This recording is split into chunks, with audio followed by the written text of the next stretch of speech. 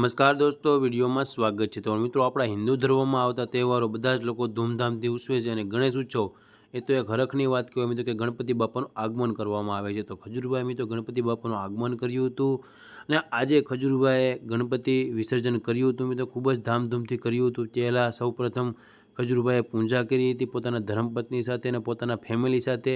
પૂજા કર્યા બાદ ગણપતિ બાપાનું વિસર્જન કર્યું હતું મિત્રો। ખજૂરભાઈ પાસેથી એક શીખ પણ લેવા જેવી છે મિત્રો કે ખજૂરભાઈએ જે રીતે ગણપતિ વિસર્જન કરાવ્યું છે, જે બારડોલીની એક ટીમ છે મિત્રો જેના દ્વારા ગણપતિ વિસર્જન કરવામાં આવ્યું છે મિત્રો, જેથી અત્યારે આપણે જોઈએ તો જે આ બનાવ બધા બને છે કે ગણપતિ વિસર્જન દરમિયાન ઘણા બધા લોકો પાણીમાં ડૂબી જતા હોય છે, પણ ખજૂરભાઈએ કોઈ એવું સારું કાર્ય કર્યું છે, એક સારો મેસેજ સમાજમાં છે તેના માટે એક સારું કાર્ય કર્યું છે મિત્રો કે કોઈ એવા સીન સપાટા કરવા નહીં કે જેના કારણે મોતનો ખતરો બને મિત્રો, કે એવા લોકો પણ ટીમ કામ કરતી હોય છે જે ગણપતિ બાપાનું વિસર્જન કરી આપે છે। તો એવા લોકોને આપણે ગણપતિનું વિસર્જન કરવા તત્પર પણ કરવા જોઈએ મિત્રો, કે જેથી આપણે કોઈ સીન સપાટા કરીને આપણો જીવ જોખમમાં જાય તેવું ના કરવું જોઈએ। તો આજે ખજૂરભાઈએ ગણપતિ બાપાનું વિસર્જન કર્યું હતું અને એ જોઈને ઘણા બધા લોકોએ તેને સાથ અને સહકાર પણ આપ્યો છે અને બધા લોકો તેની સાથે સેલ્ફી પડાવવા પણ ગયા હતા અને ખજૂરભાઈને ખૂબ ખૂબ આ મળ્યા પણ હતા અને મુલાકાત પણ કરી હતી। તો આ વિડીયોને મેક્સિમમ લોકો સુધી શેર કરી દેજો મિત્રો, કે જે ખજૂરભાઈએ જે ગણપતિ વિસર્જનની જે યોજના કરી છે ખૂબ જ સારી હતી મિત્રો, કે